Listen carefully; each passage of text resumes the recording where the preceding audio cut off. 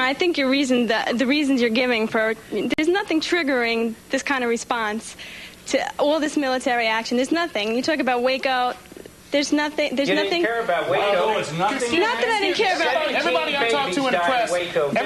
Everybody I talk to in the press says Waco. When I mention other cities, it seems to go over everybody's head. Your sheriff condemned what happened in Waco, lady. Yeah. Your sheriff in your county condemned what the feds did in Waco, and we've got it on tape to prove it. Excuse me, right. They said it was wrong. This young woman wanted to say. 17 children died in Waco. You hold no responsibility to David Koresh for that. He was a pedophile. He was a rapist.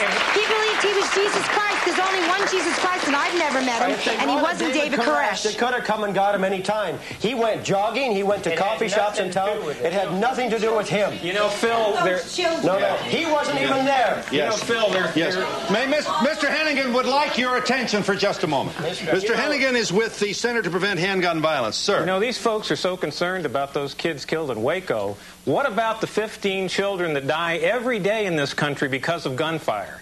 That is a national tragedy.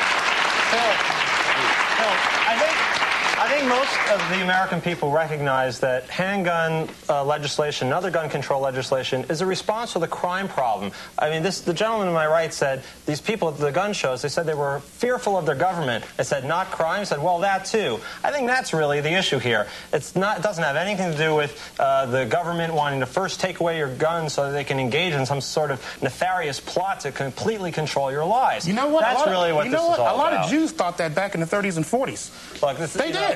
The Jews that we have, along with everybody else in our militia, are some of the best armed and best educated people because their parents have told them what has happened in the 30s and 40s, and they're going down the same path. I know my history as a Jew. I know my history, and I know about Hitler. And I don't need you to tell me about Hitler. Hey, you know what? Hold on a minute, Phil. Well, I got another point. Yes. I got another point. It's the sort of fear that they can induce in other citizens that I think represents the real danger. In Aurora, Illinois, there was an ordinance passed concerning gun legislation. Right. Mr. Trockman's group sent out thousands of faxes, and he said this on the record, saying that the police was going to go conduct door-to-door searches, hand-to-hand searches, and they were going to come knocking on the doors, and they were going to come in and take the guns. Can you imagine if someone got this message and took it to heart and hunkered down and was waiting, and the police came down, knock on his door, and say, hey, buddy, you know, your headlights are on, your battery's going to run down. There could have been a real tragedy there. Yes, but let's understand the strategy here. I admire your cleverness. I truly do. First of all, I'm going to take you at your word. You say you acknowledge you stockpile ammunition. We have at least one or two of you that have said you're not going to fire. You're not going to fire on people who come to search your house. You are going to disallow and stand in front of if they would open up a gunfire on children.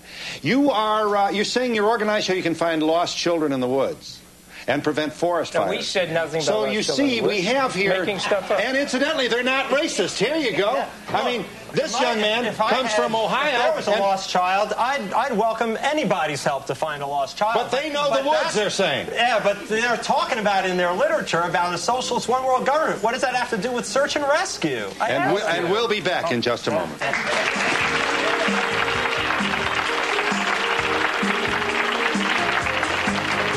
I was just wondering, when you guys get together, what exactly do you do? First off, on a full-time basis, those of us that can do it, we are just sending out generic information on the infringement on constitutional rights as an information center.